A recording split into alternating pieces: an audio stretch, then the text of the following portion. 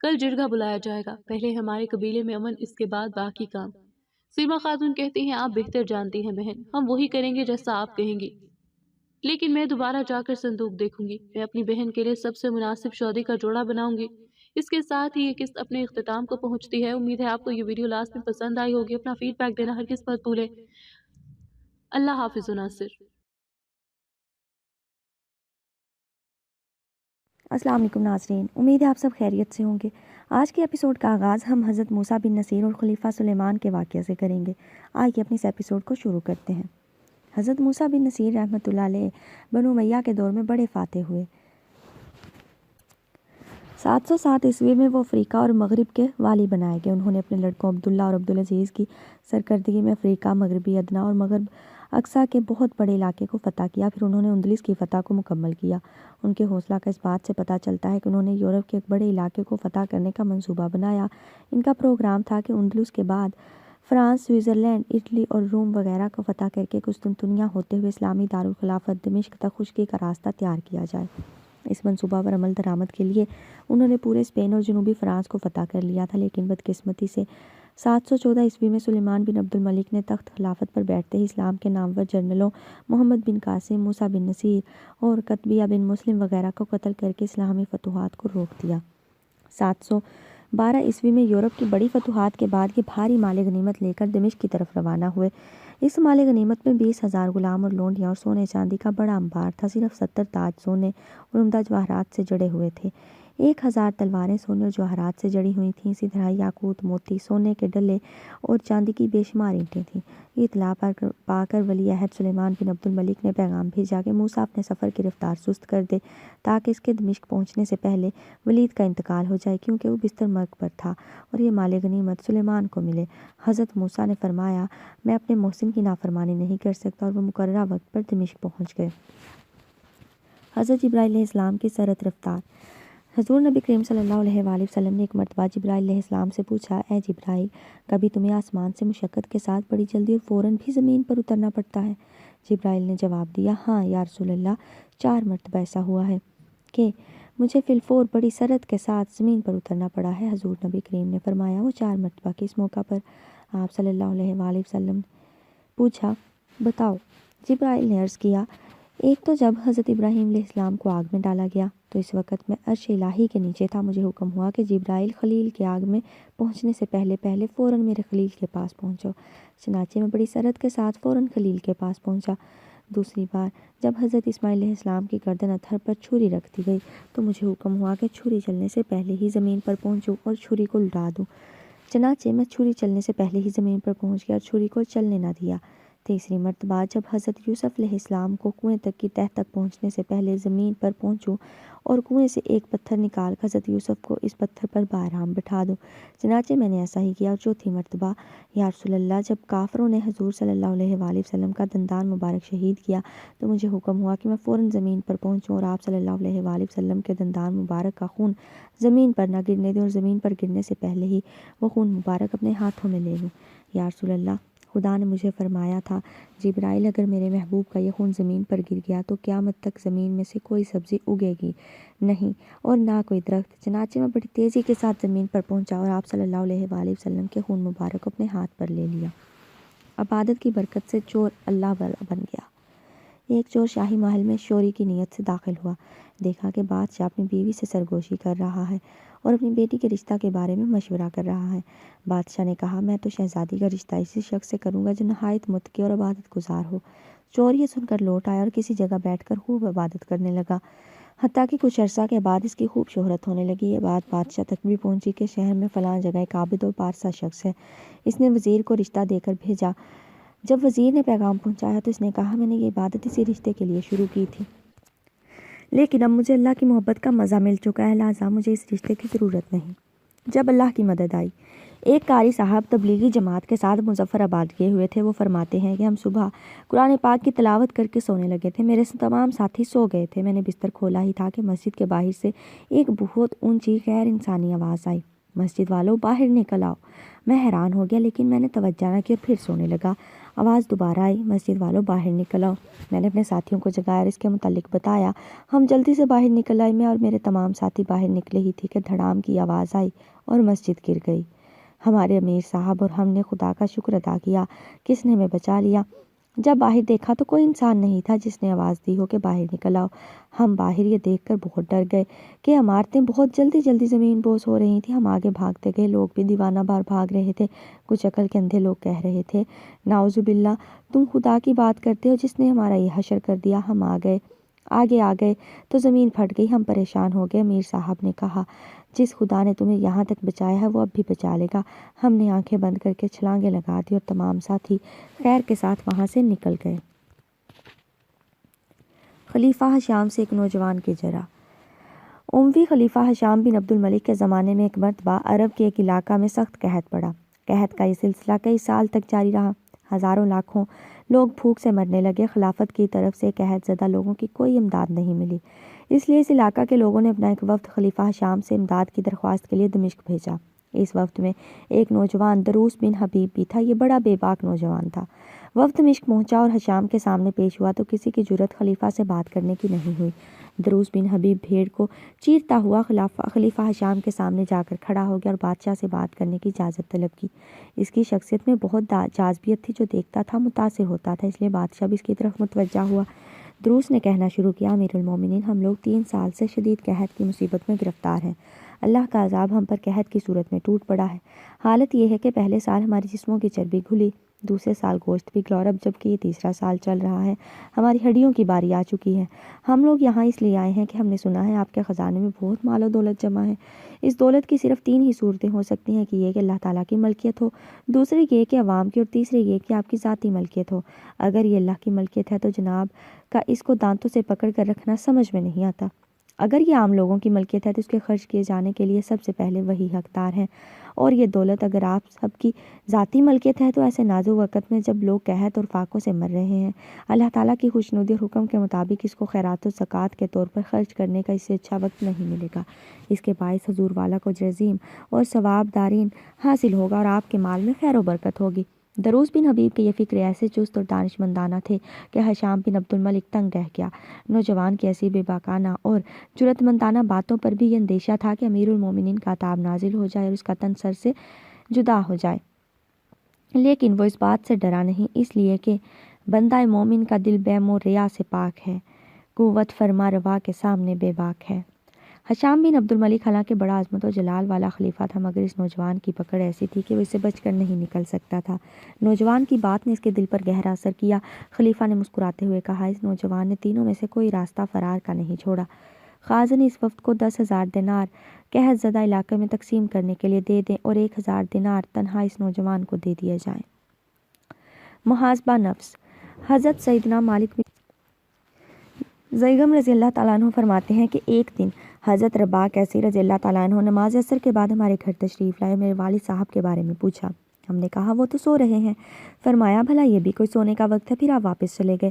ہم نے ایک آدمی ان کے پیچھے بھیجا تاکہ اگر آپ چاہیں تو آپ کے لیے والد گرامی کو جگا دے، لیکن اس آدمی نے واپس آ کر بتایا، میں نے دیکھا حضرت رباح کیسی اپنے آپ سے یہ کہتے ہوئے جا رہے تھے، اے فضول باتیں کرنے والے، تم نے یہ کیوں کہا کہ بھلا یہ بھی کوئی سونے کا وقت ہے؟ کہنا یہ ضروری تھا کیا؟ اے نفس، تو نے فضول کلمہ زبان سے ادا کیا، اب اس کی سزا بھی سن لو۔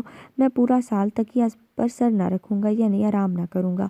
راوی کہتے ہیں اس وقت آپ کی آنکھوں سے ٹپ ٹپ آنسو گر رہے تھے، فضول بات زبان سے نکل جانے پر آپ بے حد نادم تھے۔ دیکھا آپ نے، ہمارے اسلاف بظاہر معمولی نظر آنے والی باتوں کو بھی بہت زیادہ محسوس کرتے، اپنے نفس کا سخت محاسبہ کرتے اور مباح باتوں سے بھی دور رہنے کی کوشش فرماتے تھے۔ اگر آج مباح بے ضرورت بات سے اسے نہ روکا تو کل یہ ناجائز باتوں میں بھی پڑ جائے گا۔ عامر بن سعید رضی اللہ تعالیٰ عنہ کی امیری کا واقعہ۔ خالد بن مدان کہتے ہیں حضرت عمر بن خطاب نے حمص میں ہمارا والی حضرت عامر بن سعید کو بنایا۔ جب حضرت عمر بن خطاب حمص تشریف لائے تو پوچھا، اے حمص والو، تم نے اپنے عامل کو کیسا پایا؟ انہوں نے آپ کی شکایت کی اور حمص کو چھوٹا کوفہ کہا جاتا ہے کیونکہ یہ اپنے عاملوں کی شکایتیں کیا کرتے تھے۔ حضرت عمر نے پوچھا کیا شکایت ہے؟ انہوں نے کہا ہم ان سے 4 شکایتیں ہیں۔ ایک یہ کہ ہمارے پاس دن چڑھے تشریف لاتے ہیں۔ حضرت عمر نے اسے بڑا سمجھا۔ فرمایا اور کیا ہے؟ انہوں نے کہا رات کو کسی کی بات نہیں سنتے۔ آپ نے فرمایا بڑی بات ہے۔ پھر فرمایا اور کیا ہے؟ انہوں نے کہا مہینہ میں ان کا ایک دن ایسا ہے جس میں وہ ہم میں تشریف نہیں لاتے۔ آپ نے فرمایا یہ بھی بڑی بات ہے۔ پھر فرمایا اور کیا ہے؟ انہوں نے کہا ایک دن آپ پر گویا موت طاری ہو جاتی ہے۔ آپ نے حضرت عامر بن سعید اور لوگوں کو اکٹھا کیا اور کہا اے اللہ آج اس میں میری رائے کو غلط نہ کرنا۔ فرمایا تمہیں ان سے کیا شکایت ہے؟ لوگوں نے کہا یہ ہمارے پاس نہیں آتے یہاں تک کہ دن بلند ہو جاتا ہے۔ حضرت سعید نے فرمایا اللہ کی قسم میں اس کا ذکر کرنا ناپسند کرتا ہوں۔ بات یہ ہے کہ میرے گھر والوں کے لیے کوئی خادم نہیں ہے، لہٰذا میں خود اپنا آٹا گوندتا ہوں، پھر میں انتظار میں بیٹھ جاتا ہوں تاکہ آٹا خمیر ہو جائے، پھر اپنی روٹی پکاتا ہوں، پھر وضو کرتا ہوں اور ان کے پاس آتا ہوں۔ حضرت عمر نے لوگوں سے پوچھا تمہیں ان سے اور کیا شکایت ہے؟ لوگوں نے کہا رات کو کسی بات کا جواب نہیں دیتے۔ حضرت عمر نے آپ رضی اللہ تعالیٰ عنہ سے فرمایا تم کیا کہتے ہو؟ فرمایا اگرچہ میں اس کے تذکرہ کو نامناسب سمجھتا ہوں، بات یہ ہے کہ میں دن ان کے لیے وقف کر رکھا ہے اور رات کو اللہ کے لیے۔ حضرت عمر نے لوگوں سے فرمایا اور کیا شکایت ہے؟ لوگوں نے کہا انہوں نے مہینہ میں ایک دن مقرر کر رکھا ہے جس میں باہر تشریف نہیں لاتے۔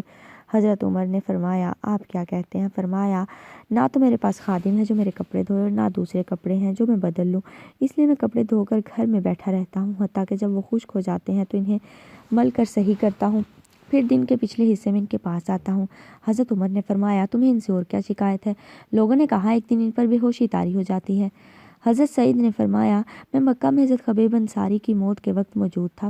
قریشیوں نے ان کے گوشت کو چیرے دیے، پھر انہیں کھجور کے تنے پر لٹکایا اور کہا کیا تم پسند کرتے ہو کہ تمہاری جگہ حضرت محمد صلی اللہ علیہ وآلہ وسلم ہو؟ انہوں نے کہا اللہ کی قسم میں اپنے اہل و عیال اور اولاد کے بدلہ حضرت محمد صلی اللہ علیہ وآلہ وسلم کو ایک کانٹا چبھنا بھی پسند نہیں کرتا۔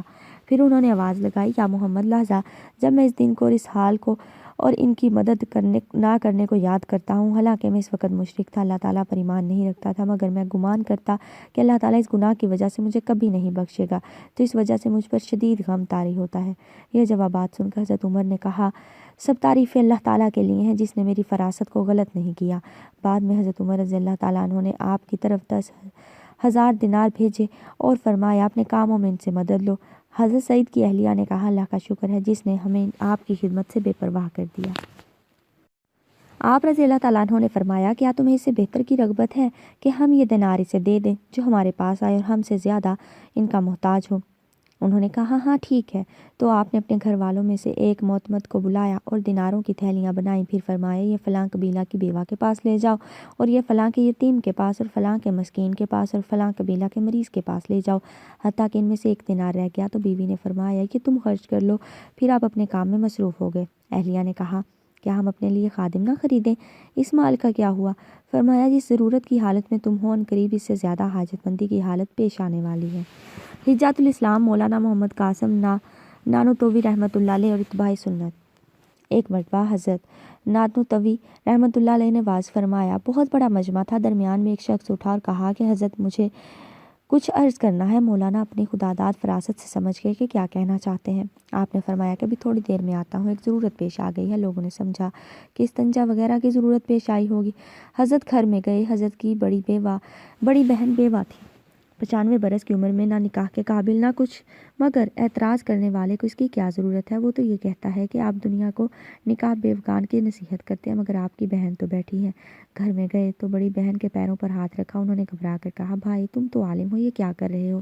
فرمایا بہرحال میں آپ کا چھوٹا بھائی ہوں، آج ایک سنت رسول زندہ ہوتی ہے، اگر آپ ہمت کریں تو آپ پر موقوف ہے۔ فرمایا کہ میں ناکارہ اور سنت رسول کا زندہ کرنا میری وجہ سے؟ حضرت نے فرمایا آپ نکاح کر لیجئے۔ فرمایا کہ بھائی تم میری حالت دیکھ رہے ہو، منہ میں دانت نہیں ہے، کمر جھک گئی ہے، 95 برس میری عمر ہے۔